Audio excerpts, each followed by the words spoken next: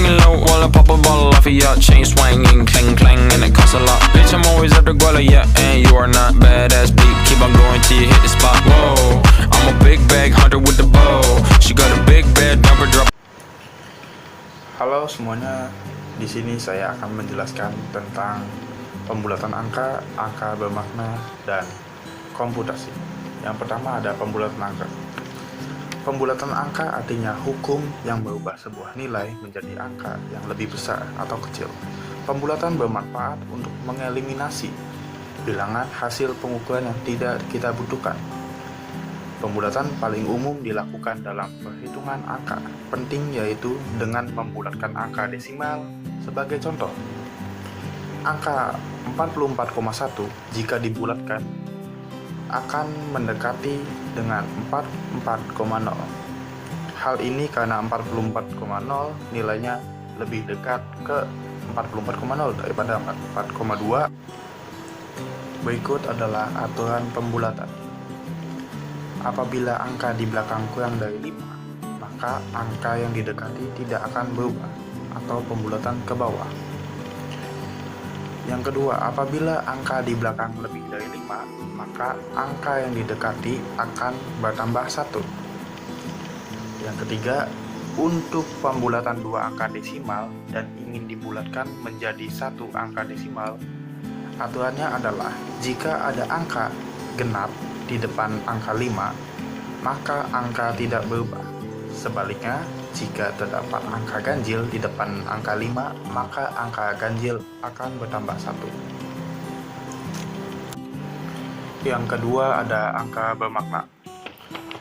Angka bermakna adalah bilangan yang didapat dari hasil pengukuran yang terdiri dari angka-angka yang sudah pasti terbaca pada alat ukur dan satu angka terakhir yang ditaksir atau diragukan. Aturan angka bermakna. Yang pertama, semua angka yang bukan 0 merupakan angka bermakna. Yang kedua, angka 0 di antara angka yang bukan 0 adalah angka bermakna. Yang ketiga, angka 0 awalan bukan angka bermakna. Yang keempat, pada angka yang memiliki nilai atau pecahan desimal, angka 0 di akhiran adalah angka bermakna. Materi yang terakhir adalah komputasi. Komputasi adalah hasil terakhir tidak dapat memiliki angka bermakna lebih daripada bilangan dengan angka bermakna sedikit. Terima kasih. Selanjutnya akan dilanjutkan dengan teman saya. Angka bermakna adalah bilangan yang didapat dari hasil pengukuran yang terdiri dari angka-angka yang sudah pasti terbaca pada alat ukur dan satu angka yang dilakukan. Ada aturan-aturan angka bermakna. Yang pertama, semua angka yang bukan 0, yaitu 1 sampai 9.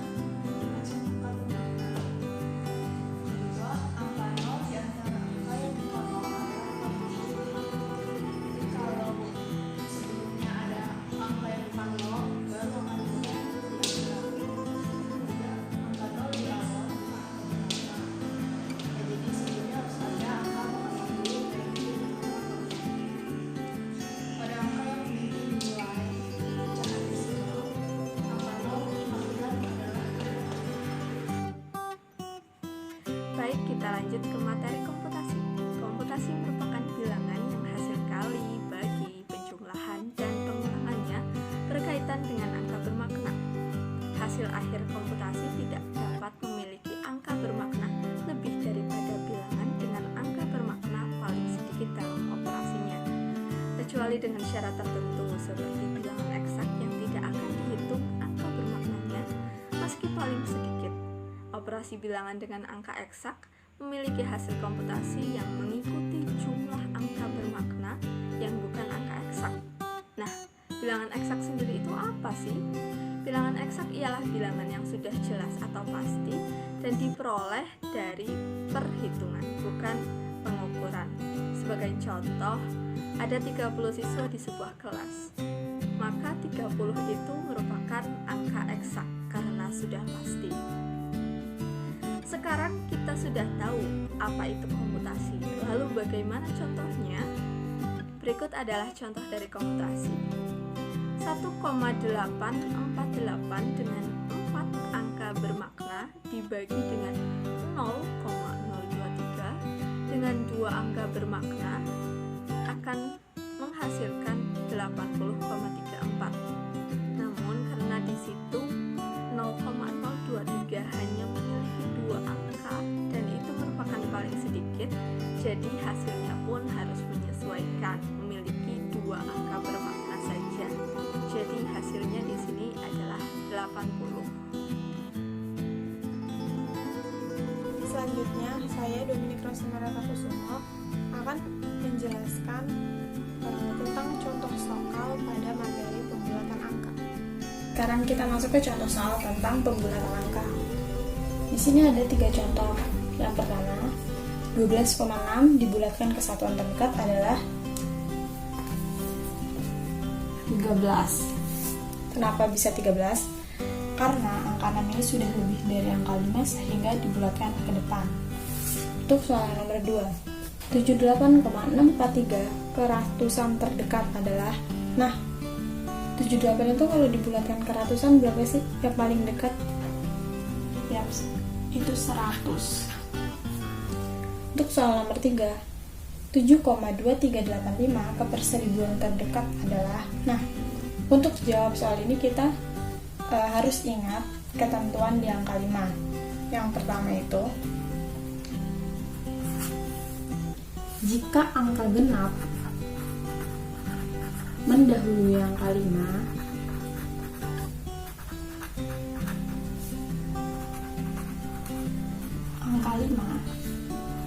maka datanya dibulatkan ke angka genap.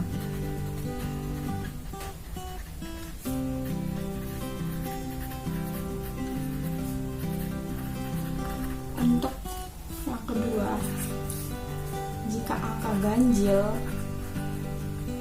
yang mendahului angka 5, maka pembulatannya ditambahkan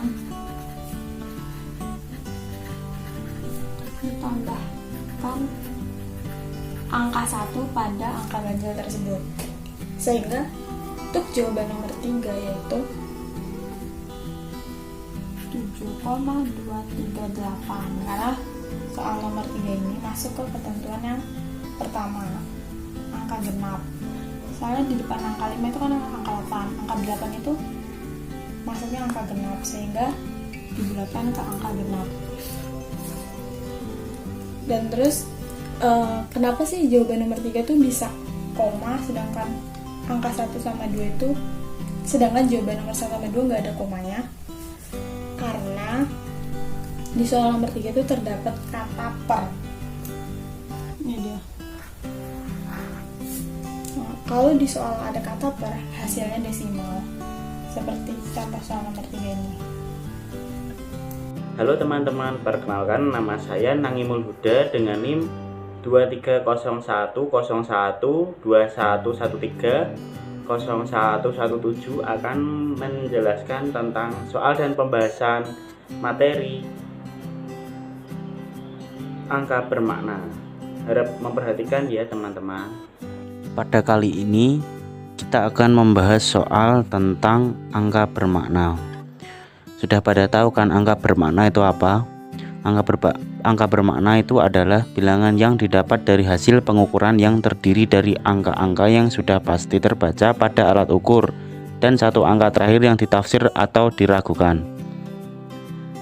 Berikut contoh soal angka bermakna. Kita mulai dari nomor 1. 332,95.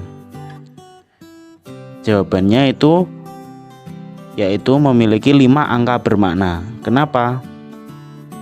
Karena semua angka yang bukan 0 adalah angka bermakna, sehingga nomor 1 ini memiliki 5 angka bermakna.